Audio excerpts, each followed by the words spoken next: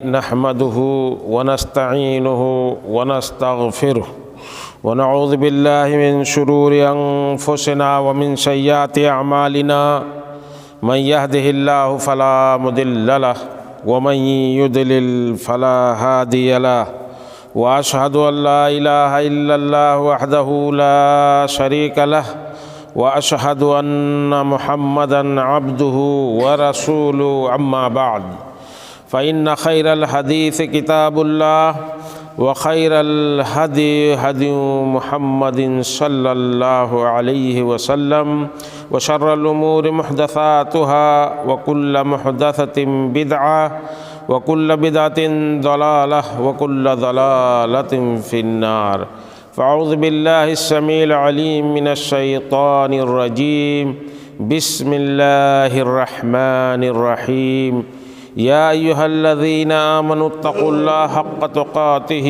ولا تموتن إلا وأنتم مسلمون يا أيها الناس اتقوا ربكم الذي خلقكم من نفس واحدة وخلق منها زوجها وبث منهما رجالا كثيرا ونساء واتقوا الله الذي تساءلون به والأرحام إن الله كان عليكم رقيبا يا أيها الذين آمنوا اتقوا الله وقولوا قولا سديدا يصلح لكم أعمالكم ويغفر لكم ذنوبكم ومن يطع الله ورسوله فقد فاز فوزا عظيما وقال تعالى في موضع آخر بسم الله الرحمن الرحيم إن الصلاة كانت على المؤمنين كتابا موقوتا حاضرین جمعہ، بزرگان دین، نوجوان ملت، اللہ رب العالمین کی تعریف، اس کی حمد و ثنا کے بعد جناب محمد الرسول اللہ صلی اللہ علیہ وسلم پر بے شمار درود و سلام ہو۔ اللہم صلی علی محمد وعلی آل محمد کما صلیت علی ابراہیم وعلی آل ابراہیم انک حمید مجید۔ اللہم بارک علی محمد وعلی آل محمد کما بارکت علی ابراہیم وعلی آل ابراہیم انک حمید مجید۔ حاضرین جمعہ، گزشتہ خطبے میں بھی ہم لوگوں نے نماز ہی کے متعلق جانکاری حاصل کی تھی۔ آج بھی نماز ہی کی اہمیت اور نماز کی شان کیا ہے اسلام میں، اسی سے متعلق گفتگو ہوگی انشاءاللہ۔ اس سے پہلے ہم لوگوں نے یہ جانا تھا کہ یہ وہی نماز ہے شہادتین کے بعد سب سے اہم رکن ہے دین اسلام کا، جو جس نماز کے بارے میں سب سے پہلے قیامت کے دن سوال و جواب ہوگا، نمازوں ہی کو نام اعمال میں ٹٹولا جائے گا۔ یہ بھی ہمیں پتہ چلا تھا کہ اللہ کے نبی جناب محمد الرسول اللہ صلی اللہ علیہ وسلم کے آنکھوں کی ٹھنڈک نماز ہے۔ یہ بھی جانا تھا کہ اللہ کے نبی جناب محمد الرسول اللہ صلی اللہ علیہ وسلم کی بے چینی کا علاج بھی نماز میں ہے، اور یہ بھی پتہ چلا کہ اللہ کے نبی جناب محمد الرسول اللہ صلی اللہ علیہ وسلم کی آخری وصیت بھی نماز ہے۔ الصلاۃ وما ملکت ایمانکم، نمازوں کا دھیان رکھنا، نمازوں کی حفاظت کرنا اور اپنے محتاطوں کا خیال رکھنا۔ نماز وہ اہم چیز ہے جس کے بارے میں ہم لوگوں نے یہ جانکاریاں حاصل کی تھیں۔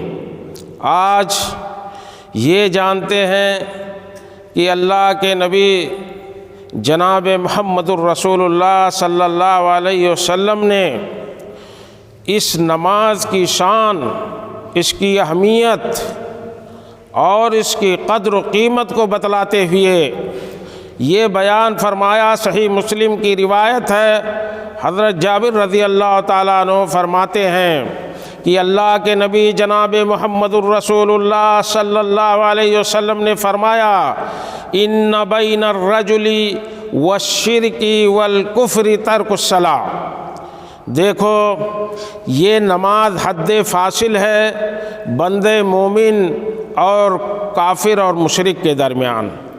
اتنی بڑی بات اور اتنی بڑی شان نماز کی ہے کہ حضرت جابر رضی اللہ تعالیٰ عنہ فرماتے ہیں کہ اللہ کے نبی جناب محمد الرسول اللہ صلی اللہ علیہ وسلم نے دو ٹوک انداز میں یہ فرمایا کہ دیکھو نماز وہ چیز ہے جو مومن بندے اور مشرک اور کافر کے درمیان حد فاصل ہے، یہی وہ چیز ہے جو ممیز کرتی ہے، جو الگ کرتی ہے ایک مومن کو مشرک اور کافر سے۔ تو یہ نماز کی شان ہے۔ دوسری روایتوں میں ہے اللہ کے نبی صلی اللہ علیہ وسلم نے فرمایا، العہد الذی بیننا وبینہم الصلاۃ، ہمارے اور غیروں کے درمیان جو عہد ہے، جو فاصلہ ہے، جو تمیز کرنے والی چیز ہے وہ نماز ہے۔ جس نے نماز کو ضائع کر دیا اس نے کفر کیا۔ یہ نماز کی شان ہے۔ اسی طرح سے حضرت عمر بن خطاب رضی اللہ تعالیٰ عنہ جب اسلامی مملکت کی وسعت ہو گئی، بڑے بڑے علاقے زمین کے فتح ہو گئے، کئی ملک اسلامی ریاست میں آ گئے، تو گورنروں کو عمر بن خطاب رضی اللہ تعالیٰ عنہ نے اپنے گورنروں کو وہاں متعین کیا، اور جب بھی ان سے خطاب کرتے تھے انہیں لکھتے تھے تو اسی نماز کے بارے میں، یہ شان ہے نماز کی، فرماتے تھے، لکھتے تھے کہ ان اہم امورکم عندی الصلاۃ من ضیعها فہو ما سواہ عزیع، او کما قال رضی اللہ تعالیٰ عنہ۔ عمر بن خطاب رضی اللہ تعالیٰ عنہ جب اپنے گورنروں کو خط و کتابت کرتے تھے تو سب سے پہلے نماز کی تلقین کرتے تھے، نماز کے بارے میں انہیں تنبیہ کرتے تھے اور لکھتے تھے کہ دیکھو میرے نزدیک جو سب سے اہم چیز ہے تمہارے کاموں میں، تمہاری ذمہ داریوں میں، وہ چیز ہے نماز۔ جو شخص نماز کو ضائع کر دے گا وہ اپنی ذمہ داریوں میں سے کسی اور چیز کو اچھی طرح سے نہیں نبھا پائے گا۔ اس لیے نماز کا خیال رکھنا، اگر تم نماز نہیں سنبھال سکو گے تو پھر کوئی اور چیز تم سے سنبھلے گی نہیں۔ یہ ان کو سب سے پہلے لکھتے تھے اپنے گورنروں کو اپنے خط و کتابت میں۔ اور اسی طرح سے صحابہ کرام رضوان اللہ اجمعین کے بارے میں یہ آتا ہے کہ وہ کسی چیز کو کفر نہیں سمجھتے تھے نماز ترک کرنے کے علاوہ۔ جو شخص نماز ترک کر دیتا تھا یہ تصور ہی نہیں تھا، عہد صحابہ میں، تابعین میں اور تبع تابعین میں اس کا تصور ہی نہیں تھا کہ کوئی شخص بے نمازی ہوگا، کوئی شخص نماز چھوڑے گا، اس کا تصور صحابہ کے ہاں نہیں تھا۔ صحابہ کرام رضوان اللہ اجمعین کے یہاں اس چیز سے زیادہ اسی پر ان کی توجہ ہوتی تھی کہ جو شخص نماز چھوڑ دے وہ کفر ہے، وہ کفر کیا۔ یعنی اس کے کافر ہونے میں کوئی شک و شبہ نہیں کرتے تھے۔ یہ صحابہ کرام رضوان اللہ اجمعین کے عہد میں تھا۔ اسی طرح سے علماء نے لکھا ہے نماز کی شان اور اس کی اہمیت یہ ہے کہ جو یہ حدیث بیان کی گئی ہے ان بین الرجل والشرک والکفر ترک الصلاۃ، دیکھو شرک اور کفر اور ایمان کے درمیان جو چیز حد فاصل ہے وہ نماز ہے۔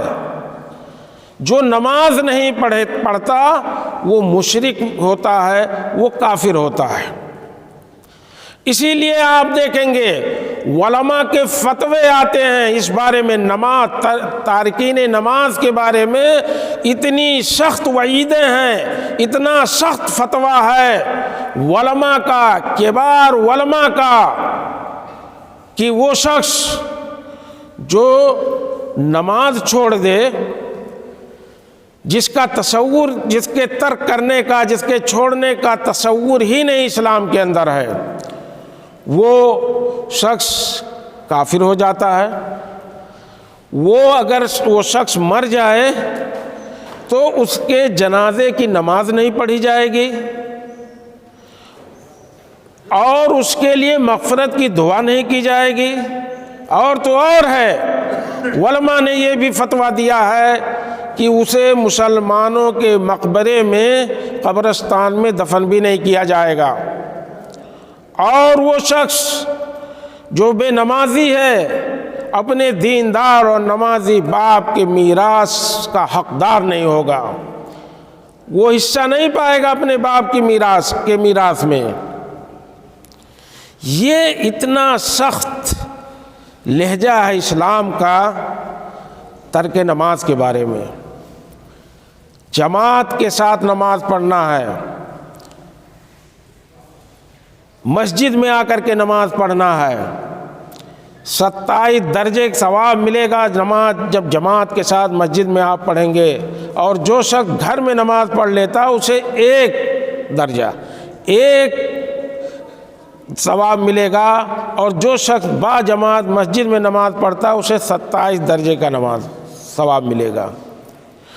یہ نماز کی اہمیت ہے، اور اسی لیے علماء نے لکھا، فتویٰ دیا ہے، اور بے نمازی کے تئیں اتنا سخت رخ اپنایا ہے، کیونکہ شریعت میں تھوڑی بھی مداہنت نہیں ہے، تھوڑی سی بھی مداہنت نہیں ہے، یہاں تک اس سے یہ بات سمجھ میں آ جائے گی کہ اللہ کے نبی جناب محمد الرسول اللہ صلی اللہ علیہ وسلم کے دربار میں ایک نابینا صحابی آتے ہیں، عبداللہ ابن ام مکتوم رضی اللہ تعالیٰ عنہ، اللہ کے نبی جناب محمد الرسول اللہ صلی اللہ علیہ وسلم کے دربار میں تشریف لاتے ہیں اور فرماتے ہیں کہ اے اللہ کے نبی، میں ایک نابینا شخص ہوں، میرے آگے پیچھے کوئی نہیں میری رہنمائی کرنے والا، اور مدینے کی گلیاں ایسی ہیں، مدینے کے راستے ایسے ہیں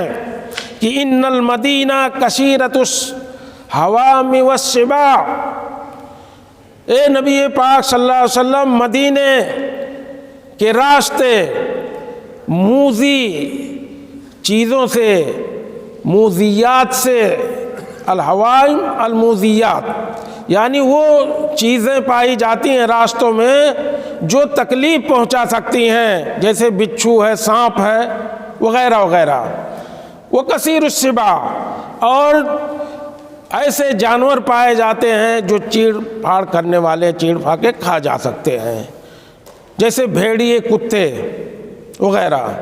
تو اللہ کے نبی صلی اللہ علیہ وسلم، کیا آپ میرے لیے رخصت پاتے ہیں کہ میں نابینا آدمی، میرے آگے پیچھے کوئی نہیں، اندھیرا ہوتا ہے راستوں میں، اور نقصان پہنچانے والی چیزیں ہیں، جانور ہیں، سانپ، بچھو، بھیڑیے، کتے ہیں جو میرا شکار کر سکتے ہیں، تو اللہ کے نبی صلی اللہ علیہ وسلم، کیا میرے لیے رخصت ہے؟ اللہ کے نبی جناب محمد الرسول اللہ صلی اللہ علیہ وسلم نے فرمایا کہ حل تسمع النداء، کیا تم حی علی الصلاح حی علی الفلاح کی آواز سنتے ہو؟ مؤذن کی آواز تمہارے کانوں میں جاتی ہے؟ تو اللہ کے نبی صلی اللہ علیہ وسلم کے صحابی تھے، جھوٹ کہاں بولتے، کہا اجل یا رسول اللہ، نعم، ہاں آواز تو سنتا ہوں، اذان کی آواز میرے کانوں میں جاتی ہے۔ اللہ کے نبی صلی اللہ علیہ وسلم نے فرمایا اذن فحی ہلا، تب چھٹکارا نہیں ہے، تب تو آنا ہی پڑے گا۔ اللہ کے نبی جناب محمد الرسول اللہ صلی اللہ علیہ وسلم نے معذور صحابی کو، نابینا صحابی کو، جب وہ حی علی الصلاح حی علی الفلاح کی آواز اس کے کانوں میں پڑتی ہے تو اسے رخصت نہیں دیا، کہا نہیں تب تو آنا پڑے گا۔ یہ نماز کی شان ہے، یہ نماز کی اہمیت ہے۔ حی علی الصلاح، آؤ نماز کی طرف، اور اسی سے ملتے ہی فوراً مؤذن کہتا حی علی الفلاح، آؤ کامیابی کی طرف۔ مسلمان جب یہ جان لیں گے کہ نماز کی کیا اہمیت اور نماز کی کیا شان ہے، اور نماز کا کیا درجہ اور کیا مرتبہ ہے اسلام کے اندر، اور نماز کتنی مفید چیز ہے ان کی زندگیوں میں، تو جب مؤذن کہے گا حی علی الصلاح، آؤ نماز کی طرف، تو دوڑتے ہوئے آئیں گے۔ یہی طریقہ ہے مسلمان کا، اور یہی وتیرہ ہونا چاہیے مسلمان کا، کیونکہ حی علی الفلاح اس کے بعد مؤذن کہتا ہے، یہی کامیابی کی گارنٹی ہے۔ اگر تم مؤذن کے بلاوے پر نماز کی طرف دوڑے ہوئے چلے آئے تو تم کامیاب ہوگے، یہ کامیابی کی ضمانت ہے، کیونکہ قرآن مجید میں اللہ رب العالمین نے یہی تو فرمایا ہے کہ قد افلح المؤمنون الذین هم فی صلاتهم خاشعون۔ بہت ساری چیزوں کا اور اس کے بعد تذکرہ ہے کہ یہ ان صفتوں والے کامیاب ہوں گے، لیکن سب سے پہلے اللہ نے نماز کا ذکر کیا، مصلیوں کا ذکر کیا۔ قد افلح المؤمنون الذین هم فی صلاتهم خاشعون، وہ مومن، وہ مسلمان تحقیق کی کامیاب ہو گئے جو اپنی نمازوں میں خشیت اختیار کرتے ہیں، اللہ کا ڈر اختیار کرتے ہیں۔ وہ مومن، وہ مسلمان، وہی کامیاب ہونے والے ہیں۔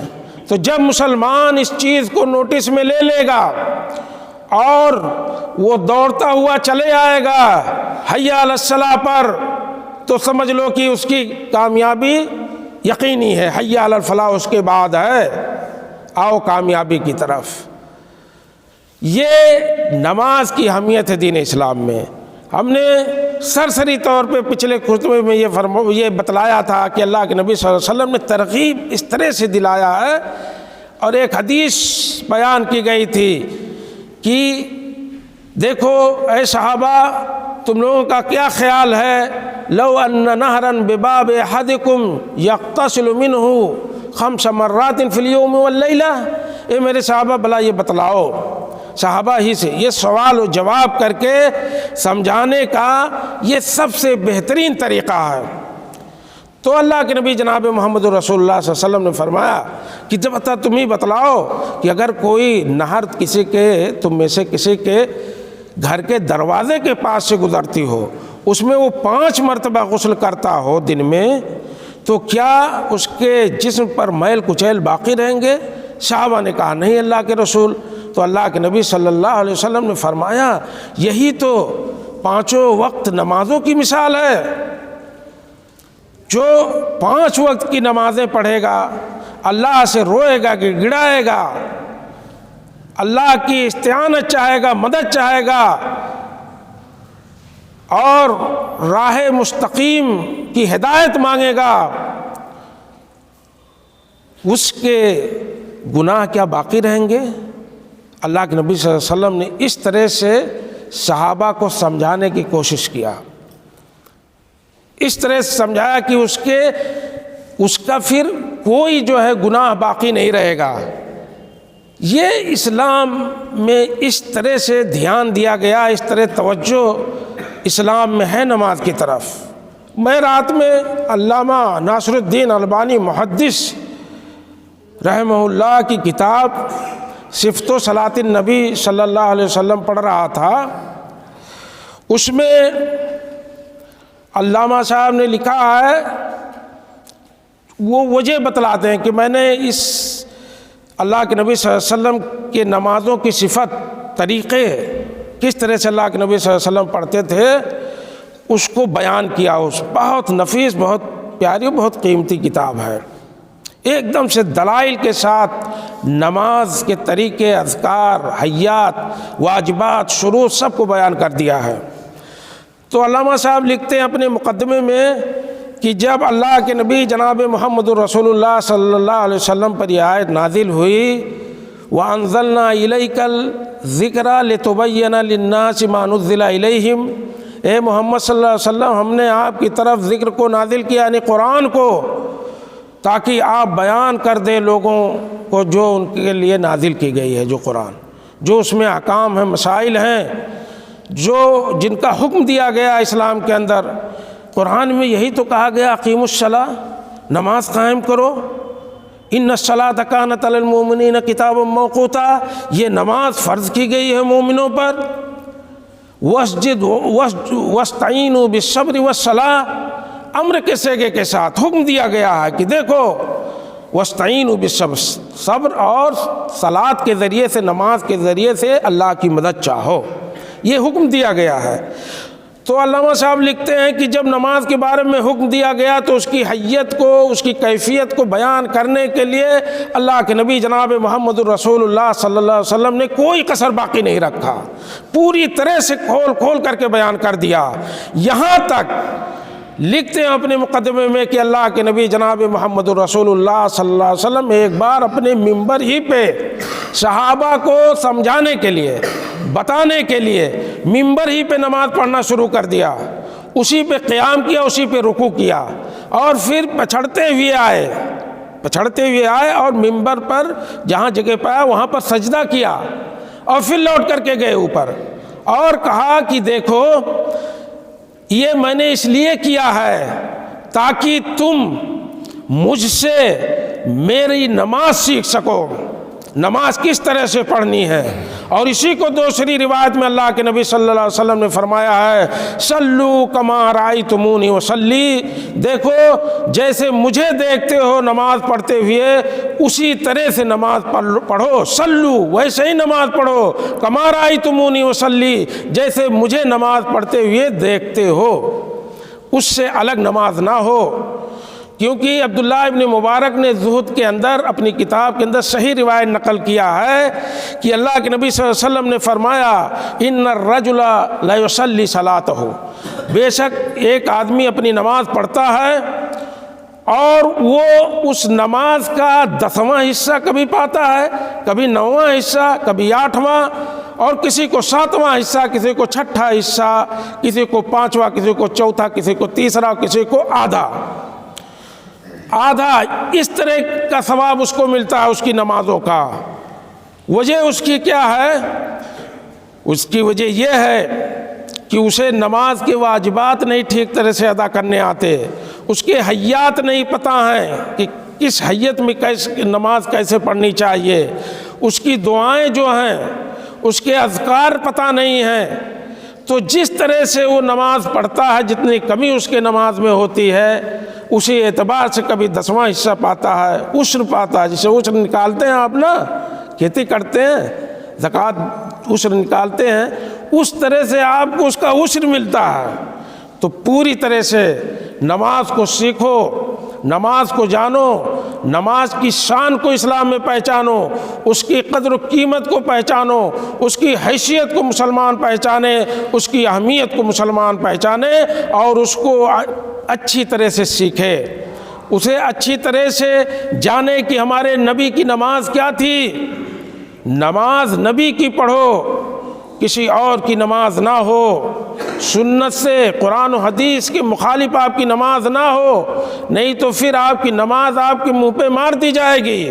اور پھر آئیے چلتے چلتے کچھ چیزیں نوٹس کرتے ہوئے چلیں، کچھ چیزیں اپنے دلوں میں بٹھا لیں نماز کے تعلق سے، کہ مسلمان جب نماز پڑھتا ہے، نمازی مسجد میں آتا ہے، تو وہ تعلق باللہ اس کا اللہ سے مضبوط ہوتا ہے۔ 5 وقت مسلمان اگر نمازی ہے، اور میں نے کہا تھا پچھلے خطبے میں کہ 7 برس کے بچے کو نماز کے لیے مسجد میں لانے کا حکم ہے، مروا اولادکم بالصلاۃ ہم ابناء 7۔ 7 سال کے جب ہو جائیں بچے تو حکم دو نماز کا، مسجد میں لاؤ۔ اور 3 سال جب گزر جائے ٹریننگ کا پیریڈ، اور وہ نہ سدھرے پھر بھی نماز نہ پڑھے، وَضْرِبُوهُمْ وَهُمْ أَبْنَاءُ 10 تو مارنا شروع کر دو۔ نماز معاف نہیں ہے۔ 10 سال کا ہو جائے نماز نہ پڑھے تو اس بچے کو مارو، اس لیے کہ اس کی آخرت تباہ ہو جائے گی، اس کی دنیا بھی برباد ہو جائے گی، نہ وہ دنیا میں کسی لائق ہوگا اور نہ اس کی آخرت سنورے گی، اس لیے مارنے کا حکم دیا گیا ہے۔ تو میں یہ کہہ رہا تھا کہ جب مسلمان اپنے بچے کو لے کر کے آئے گا، نمازی ہوگا، 5 وقت نماز پڑھے گا، اور ہم تمام لوگ پڑھتے بھی ہیں، یہ کیا ہے؟ یہی تو تعلق باللہ ہے، یہی تعلق باللہ ہے۔ اللہ سے ایسا لو لگاتا ہے، اللہ سے ایسا قریب ہوتا ہے کہ اسے کوئی بھی پکارے، اس کا قریبی کوئی، رشتہ دار کوئی، حاکم کوئی، بڑا ہو چھوٹا ہو، کسی بھی کرسی والا ہو، وہ پلٹ کر کے وہ اپنی نماز میں اس کو جواب نہیں دیتا ہے۔ مسلمان نماز کی یہ شان ہے کہ وہ اللہ سے تعلق مضبوط کرتا ہے، اللہ سے قریب ہوتا ہے۔ اللہ کے نبی جناب محمد الرسول اللہ صلی اللہ علیہ وسلم کو کوئی چیز اگر بے چین کرتی تھی، اہم معاملہ پیش آتا تھا، تو اللہ کے نبی صلی اللہ علیہ وسلم نماز کا رخ کرتے تھے، اللہ سے تعلق بناتے تھے، اللہ سے قربت حاصل کرتے تھے۔ اور یہی قربت جب مسلمان مسجد میں آ کر کے حاصل کرتا ہے، کوئی بھی آ جائے اس کے سوال کا جواب نہیں دے گا، اس کی باتوں کا جواب نہیں دے گا، اس کی طرف متوجہ نہیں ہوگا، وہ اللہ کی طرف متوجہ ہے، وہ اللہ سے لو لگائے ہوئے ہے اپنی نماز میں۔ یہی تو قرآن کہتا ہے وَاسْجُدْ وَاقْتَرِبْ، کَلَّا لَا تُطِعْهُ، ہرگز نہیں اس کی اطاعت مت کرو۔ وَاسْجُدْ وَاقْتَرِبْ، اے نبی پاک صلی اللہ علیہ وسلم، ابو جہل کے بارے میں ہے یہ آیت، وہ کہتا تھا کہ اگر محمد حرم کے پاس، خانہ کعبہ کے آس پاس نماز پڑھنے سے نہیں منع رکے گا تو میں ایک دن اس کے گردن پہ پیر رکھ کر کے اس کو گھسیٹوں گا، بری طرح سے ذلیل کروں گا۔ تو اللہ رب العالمین نے فرمایا کہ کلا، ہرگز نہیں ہے میرے نبی، لا تطیع، اس کی اطاعت مت کرو، اس کی باتوں میں مت پڑھو، اس کی باتوں کو خاطر میں مت لاؤ، میں تمہارے ساتھ ہوں۔ واسجد واقترب، سجدہ کرو اور اللہ سے قریب ہو جاؤ۔ پتہ چلا کہ نماز بندے کو رب سے قریب کرنے والی چیز ہے، جوڑنے والی چیز ہے۔ یہی تو اللہ نے فرمایا اپنے نبی کو۔ امام بخاری رحمۃ اللہ علیہ نے اپنی جامع میں، اپنے بخاری میں ایک باب متعین کیا ہے کہ ان الرجل اذا یصلی یناجی ربہ، جب بندہ نماز پڑھتا ہے، باب کیوں باندھا؟ اس لیے باب باندھا کہ جب بندہ نماز پڑھتا ہے تو اپنے رب سے سرگوشی کرتا ہے۔ سرگوشی تو بات آتی ہے سمجھ میں کہ جب آدمی کوئی انتہائی قریب ہوتا ہے کسی سے تو اس کے کان میں جب بھی بات کرے گا، کنفسکی کرے گا، تو دوسرے لوگ سمجھ جاتے ہیں کہ یہ بہت قریب آدمی ہے، اس شخص کے جس کے کان میں بات کر رہا ہے۔ تو امام بخاری رحمۃ اللہ علیہ نے فرمایا کہ جب بندہ نماز پڑھتا ہے تو گویا وہ اپنے رب سے سرگوشی کرتا ہے، اتنا قریب ہوتا ہے۔ یہ قربت نماز اور رب، جب بندہ نماز پڑھتا ہے تو اپنے رب سے قریب ہوتا ہے اور کسی کی باتوں کا جواب نہیں دے گا، کسی کو خاطر میں نہیں لائے گا اپنی نماز کے وقت، کوئی بھی ہو، قریب سے قریب رشتہ دار ہو، بڑے سے بڑے عہدے دار ہو۔ تو میں یہ کہتا ہوں جب اپنی نمازوں میں اس طرح سے آپ مشغول ہوتے ہیں، اللہ سے تعلق بناتے ہیں، تو مسجدوں سے نکلنے کے بعد یہ بات آپ اب دھیان میں رکھیں۔ 2-3 باتیں کہوں گا مختصر طور پہ اور پھر خطبہ ختم کروں گا انشاءاللہ، کہ یہ تعلق ٹوٹنا نہیں چاہیے۔ یہ صرف مسجد میں تعلق نہیں ہونا چاہیے کہ آپ منہمک ہیں اللہ کے ذکر میں، فکر میں، اس کی عبادت میں، کسی کی کوئی پرواہ نہیں کرتے ہیں۔ یہ تعلق مسجد سے نکلنے کے بعد بھی آپ کا اللہ سے قائم رہنا چاہیے۔ ایک مسلمان غافل نہ ہو اپنے رب سے، جو آپ نے تعلق بنایا ہے، جو آپ کو قرآن نماز سکھاتا ہے، وہ تعلق آپ بنائے رکھیے اپنے رب سے۔ اپنی مسجدوں سے نکلنے کے بعد اپنی سوسائٹیوں، اپنے سماج، اپنے معاشرے، اپنے روزی روزگار میں، اپنے بازاروں میں جانے کے بعد بھی اللہ سے تعلق بنائے رہیں اور اس سے غافل نہ ہو۔ یہ پہلی چیز۔ دوسری چیز یہ ہے ان الصلاۃ تنہی عن الفحشاء والمنکر۔ نماز کی خاصیت یہ ہے کہ نماز مومنوں کو، مسلمانوں کو، نماز پڑھنے والوں کو منکر چیزوں سے، فحش چیزوں سے یہ دور رکھتی ہے، روکتی ہے۔ تو ایک مسلمان، ہم اور آپ نماز پڑھتے ہیں، تو اب جب نماز پڑھ کر کے ہم نکلیں اور جب یہاں سے سماج میں جائیں، سوسائٹی میں جائیں، تو کوئی بھی برائی، معاشی برائی ہو، جو قسمیں کھا کر کے غلط چیزوں کو لوگ بیچتے ہیں، وہ برائی پھر لوٹ کر کے نہ آئے، کیونکہ نماز برائی سے، منکر چیزوں سے، فحش چیزوں سے روکتی ہے۔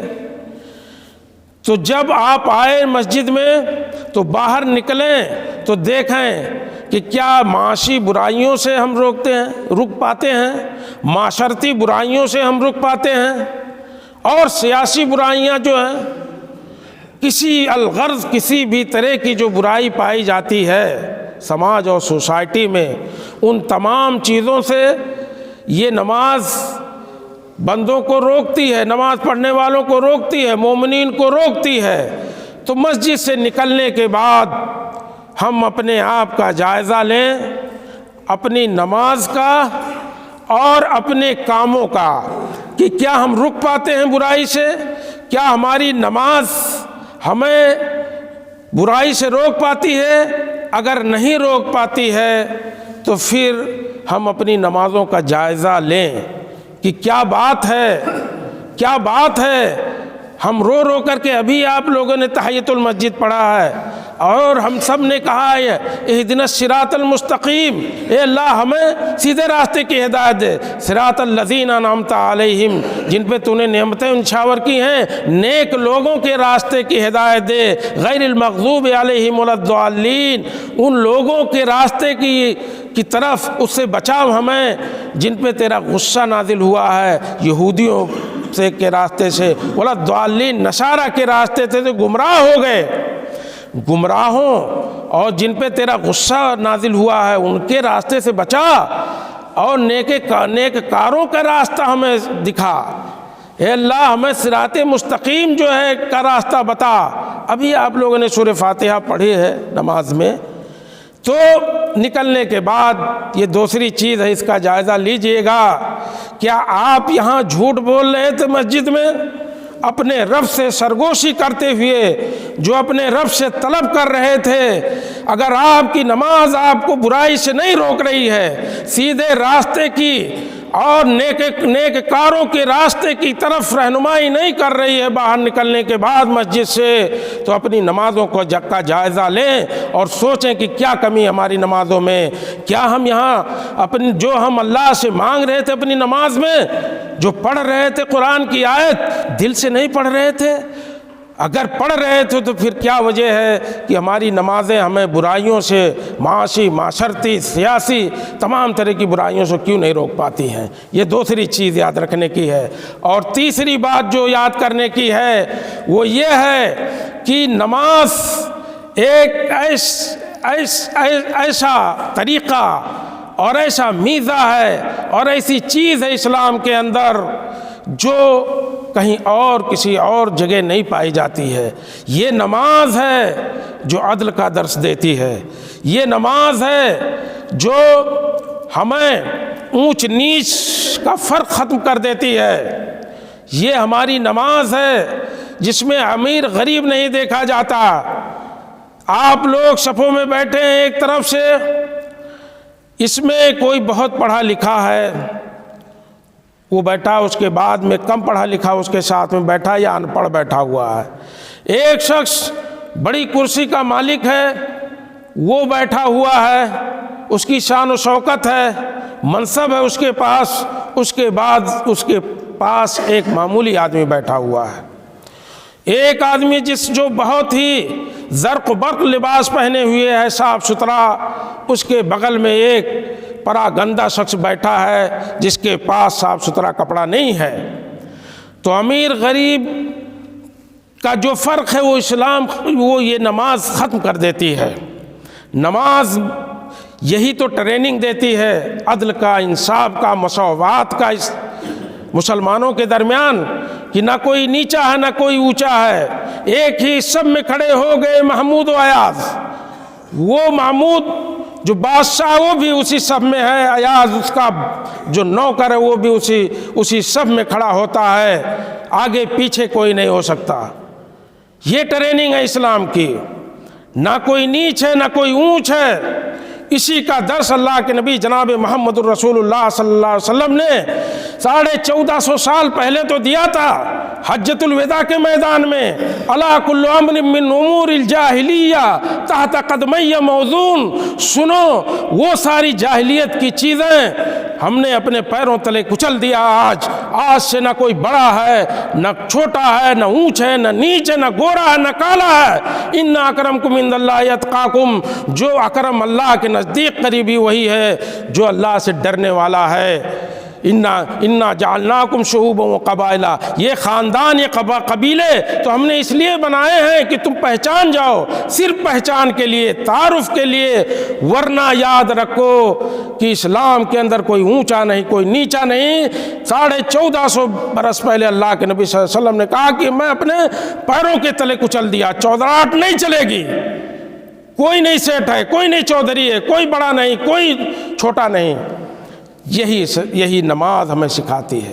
اپنی مسجدوں میں کھڑے ہو گئے ایک ساتھ سب، امیر غریب، پڑھا لکھا کم پڑھا لکھا، ایک صاف ستھرا انسان، ایک پراگندہ انسان، سب ایک ساتھ میں کھڑے ہوں گے۔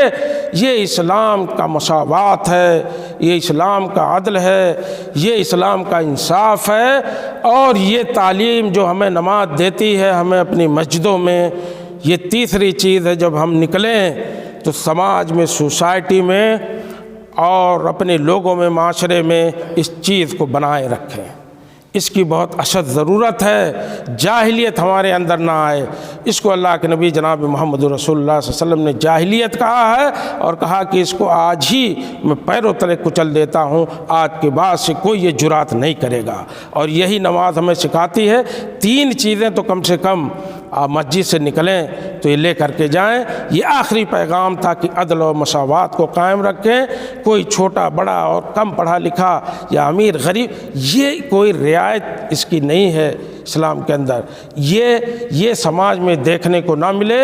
آپ کی دنیا جنت نما ہو جائے گی، آپ مدد اللہ کی آئے گی، اور یقین رکھو قرآن کہتا وَاسْتَعِينُوا بِالصَّبْرِ وَالصَّلَاةِ وَإِنَّهَا لَكَبِيرَةٌ إِلَّا عَلَى الْخَاشِعِينَ، اللہ سے مدد مانگو چاہو صبر کے ذریعے سے اور نماز کے ذریعے سے، اور یہ نماز بہت شاق چیز ہے، مشکل چیز ہے، لیکن اللہ سے ڈرنے والوں کے لیے آسان ہے۔ تو نماز اور صبر یہ ایسی چیزیں ہیں جو آپ کی دنیا بدل دیں گی۔ آپ کے حالات جو خراب ہیں، نمازیوں کے ساتھ بڑی آزمائشیں آتی ہیں، اللہ نے اسی لیے کہا، اپنے نبی کو کہا کہ صبر اور نماز کے ذریعے سے اللہ کی مدد چاہو، دنیا بدل جائے گی، دنیا بدل جائے گی، حالات بدل جائیں گے، لوگ ظلم کرنے والے لوگ اور جو رکاوٹیں ڈالنے والے لوگ ہیں وہ منہ کی کھائیں گے۔ اللہ سے نماز اور صبر کے ذریعے سے مدد تو مانگ کر کے دیکھو، جب اللہ آپ کی مدد پہ آ جائے گا تو دنیا کی کیا حیثیت ہے۔